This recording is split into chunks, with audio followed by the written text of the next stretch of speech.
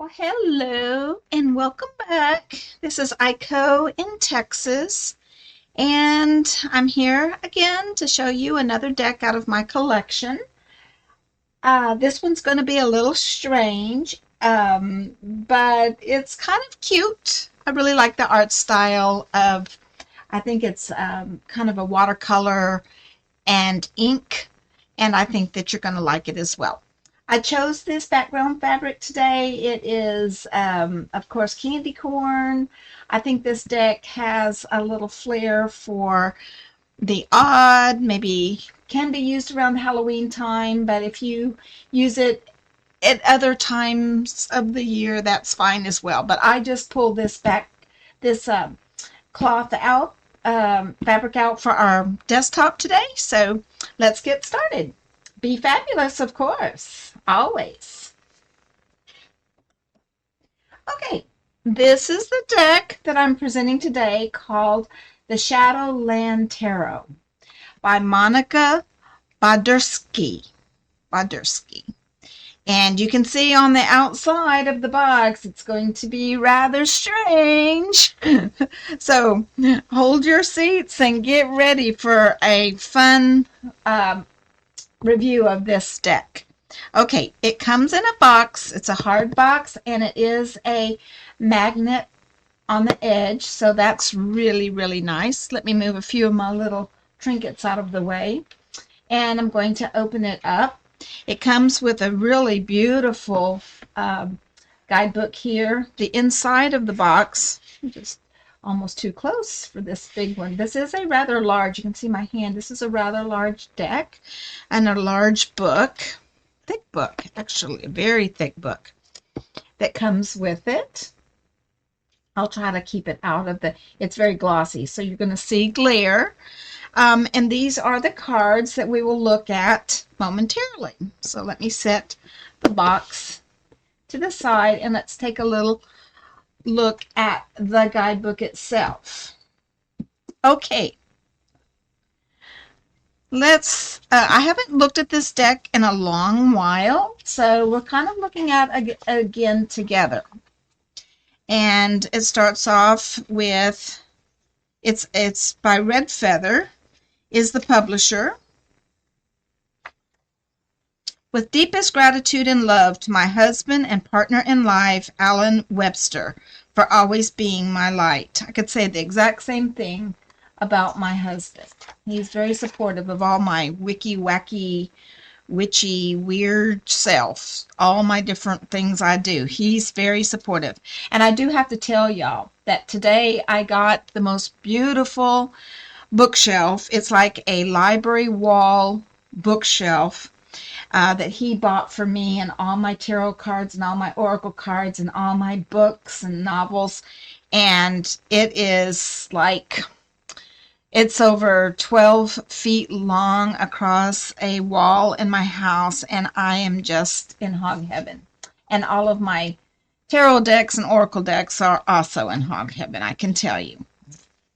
Okay, so there's a little forward here, and by Liz Dean, and introduction, House of Shadows, and then what's inside, Shadowland Tarot. And then it gets into the cards. And this one's very nice because the book is just high quality, glossy pages, and you can see that the cards are in color throughout the book. So very cool. And let's go to the back. It's got some card layouts. It goes into detail about the court cards, how to shuffle your cards, deep dive into the card journey. It's got shows a 3-card spread, past, present, future, mind, body, and spirit. It's got different ways of using the 3-card spread. The blockbuster 4-season spread, the 5-card element spread. So this is lovely. This is not in all guidebooks. So well done. Oh, even a 9-card blockbuster spread. So this is like extra icing on the cake as far as I'm concerned. And then some moon spreads. Woo, 13 moon spread. Wow. And then how to even create your own spreads. I've never seen that in a book before. Tarot facts.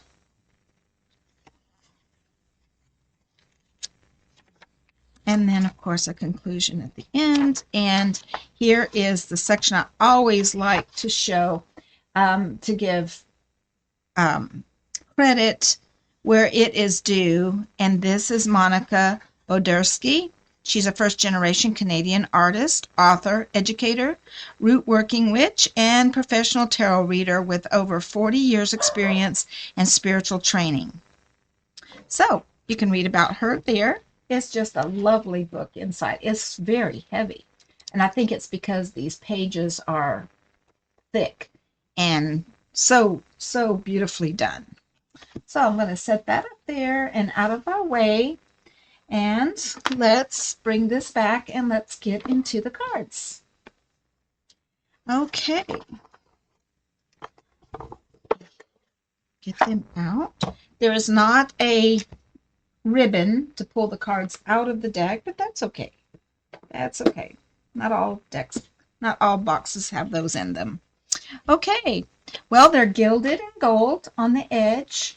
They are really, really pretty. They are reversibles. As you can see, they will reverse. So I always like to show that. Let's zoom in a little bit. Maybe they won't be so glary. And you can see the really nice etching ink work there. Fine etching, but they're kind of spooky and really neat for Halloween. These have a really good feel to them to shuffle. They have like a finish on them. They are not glossy, super glossy, but you can see they are a little bit. But they do shuffle nicely and nice for my size of hands, and I don't have very big hands. So let's look at a few of the cards now and see what we can find. The Three of Wands. And you're going to see that the things are, it's based on RWS, as I usually tell in most of my reviews when I see that they are. And the wands here are like candles. And the ship is in the distance. So that is very much Three of Wands. And I'm going to pull a little guide sheet out here because that's kind of like waiting. Shipping, waiting, exploration. So that's very fitting to the RWS. Pentacles. Oh, he's painting a Day of the Dead skull. He's an odd character because he is actually a skeleton himself. And all of these that are individually painted, and he's got his little paints right here. So that's really cool. And then numbers are at the top. So this is an 8. We know in Pentacles, when we find an 8 of Pentacles, it is very fitting to say that that is apprenticeship, craftsmanship, discipline. So we can see that going on right there. The Knight of Wands. Ooh, odd card. Page of Wands. Going to see a lot of skulls, a lot of skeletons with these blank-looking faces. But how cool is that? It almost looks like the stump of a tree, and you can see his roots anchored into the ground. Knight of Pentacles. And it is this strange bug, maybe? I don't know what that is. I'd have to look in the book. But riding a snail. Aren't these pretty? I just think the colors are really nice. The Four of Wands. The Page of Pentacles. Oh, I like the pumpkin, the jack-o'-lantern. And it looks like he has a mask on. Just strange art. But I'm going to pull the book out and we're going to look at something. Here's the Devil card. Number 15. Number 14 is Temperance. Ooh, look at that one. The Ace of Swords. Swords look like they may be feathers. The King of Pentacles. Look at his odd face and his crystals. These are crystals all coming out the top of his head. I like that. The Queen of Pentacles. Let's take a look at Queen of Pentacles in the book and see what it says. So we'll just read this one. If I can find Pentacles, I don't know where they are in the book. Okay, so the Queen of Pentacles. The Queen is a happy witch living in nature and enjoying her spells and cauldron recipes. She is down to earth and appreciates a nature retreat to escape urban clamor. She is a not given to Let me start that over. She is a not given to pretense, yet enjoys modern conveniences and a good glass of wine. She is steady and pragmatic, lives alone, yet is at home with nature and rarely lonely. Keywords are grounded, mature, generous, nature lover, magical, serene, enigmatic, prepared. And it has a shadow side of each card, which would be like its reversal. But the message says here that the card represents a mature woman, a female identified person whose age is generally 45 and up. She loves to cook and enjoys material security of both home and career. She does not tend toward spontaneity and prefers a plan of action. And then it goes into some more information about her and some reflections, some questions to ask yourself if this card is pulled. What is my relationship to nature? When do I take time to connect to material comforts? Do I rely too heavily on physical comfort? What food choices can I change to feel healthier? Boy, that's a question I need to ask. Do I check in with others and myself when counseling might be of assistance? So you can see that the book is a great guide. So I'm going to do a few more, and then I'm going to put the rest to music so we don't get too long, because let me look at my time. Oh, I'm already 12 minutes in. Okay, I'm going to stop right here. I'm going to put the rest to some music, and then we'll finish it up at the end. So bear with me while I get my mics closed, and then I will add some music for us.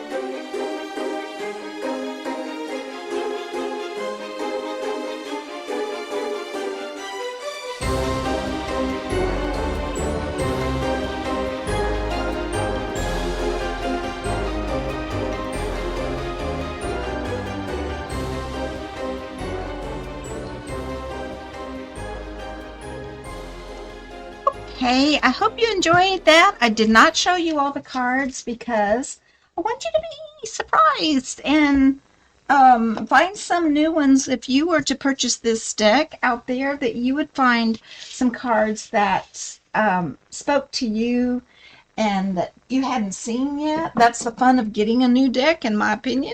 So I didn't want to go through every single card. That would kind of be a spoiler, I'm afraid. So I'm going to stick these things back in the box. And the Shadowland Tarot. And I am thinking this is a fun one. For anybody, I think there's a lot of details in each card that I really didn't spend the time with you to look. Like I'm seeing an 8 ball or 8.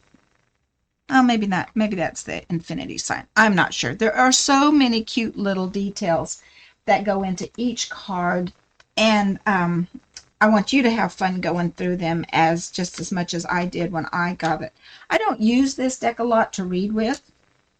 It's not as easy of a deck for me to read. However, I'm going to say this. I rate the guidebook. I probably give the guidebook an A+, because I think it really covers a lot of things, and it gives some insights even to some other decks of tarot cards for you.